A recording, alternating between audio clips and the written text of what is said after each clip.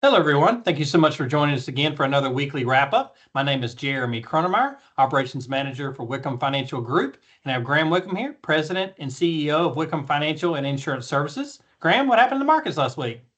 Yeah, thank you, Jeremy. Thanks for our listeners jumping again on the call. And I hope everyone had a great, safe Labor Day holiday with their family. Now we're back into the grind, right? But let's jump in. So we had U.S. equity indices in mostly flat, really kind of finishing the week, but also for August. So if we look at the S&P 500, the sector's performance was slightly negative overall for that period. But if we look at energy sector, that rose about 2.5%, continuing some recent strength. The tech sector, that paused a bit. We did see Nvidia come out. No, Nvidia is one of the largest company out there, $4 trillion odd with Microsoft. We saw them issue some sales forecasts that were a little weak due to some export concerns. Marvell Technology, just continuing with the technology theme, that was down about 18% on some weaker data center revenue outlooks. Now, on the commodity front, we saw gold futures. They surged about 3% to a record of 3,500. Now, that's a closing high. If we look at macro data that came out, like PCE price index for July, so now we're looking at inflation numbers. The headline, that was up 0.2% for month over month, 2.6% year over year. Now the core, that's stripping out volatile food and energy, that rose about 0.3% month over month and about 2.9% year over year, indicating some still solid consumer spending, but some rising service inflation. So pockets that are cooling down, pockets that are increasing in value. If we look at consumer sentiment, final for August, that fell about 50 to 58.2.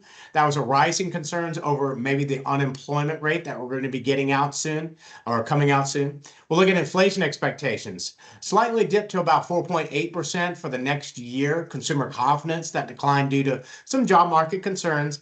And Q2 GDP, we're going to see the second estimate of that. That's going to be revised up 3.3% from 3.3%. Now, Atlanta Fed came out with a Q3 GDP now forecast. That was raised to about 3.5% from 2.2%. Now, policy and politics. You know, we got a lot of that going on with the White House and the Federal Reserve and the tensions that are going on, and also the question about the independence of the Fed. Also some challenges with Fed Governor Cook and how that might all play out. Now, if we're looking at trade and housing, U.S. goods and trade deficit that widened in July due to some pre-tariff import surge.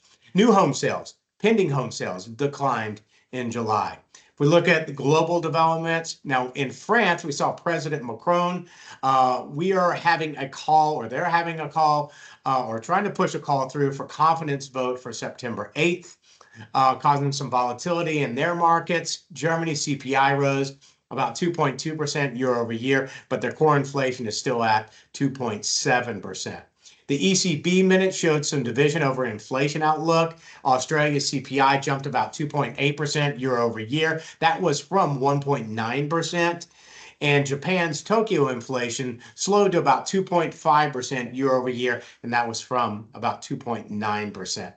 Now this week, we're into the Labor Day holiday week. So we saw a main focus is going to be on some non-farm payroll numbers that are going to be reported on Friday. They're expected to be up about 75,000 in August. The unemployment rate maybe inching up a little bit to about 4.3, but certainly not a concern at that level. Seen as a final test for some potential interest rate cuts when the Fed meets this month. So they're going to use that as a gauge if they're going to start cutting rates. And I think there's a pretty strong feeling in the market. I think it's like 80–90% odds, at least from the market standpoint, that the Fed's going to start cutting rates.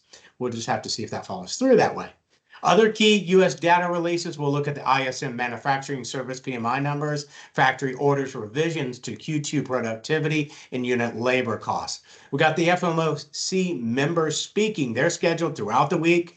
And then we'll get a big earnings report from a pretty influential tech company, Broadcom. They're going to be reporting after the close on Thursday, probably setting the tone again for the technology sector that has been a little bit in pause of late. So if we look at international highlights in Europe, we'll be looking at the CPI and the retail sales data. In Germany, it'll be factory orders, central bank speeches. We'll see from the ECB, President Lagarde, RBA Governor Bullock. They're going to be speaking early Wednesday morning. And then we'll look at Australia, Q2 GDP report we'll do Tuesday night. Jeremy? Gotcha, Graham. We always appreciate the information and expertise, and thank you to our listeners that check in with us every single week. And we look forward to seeing you next time. Have a great night. Take care.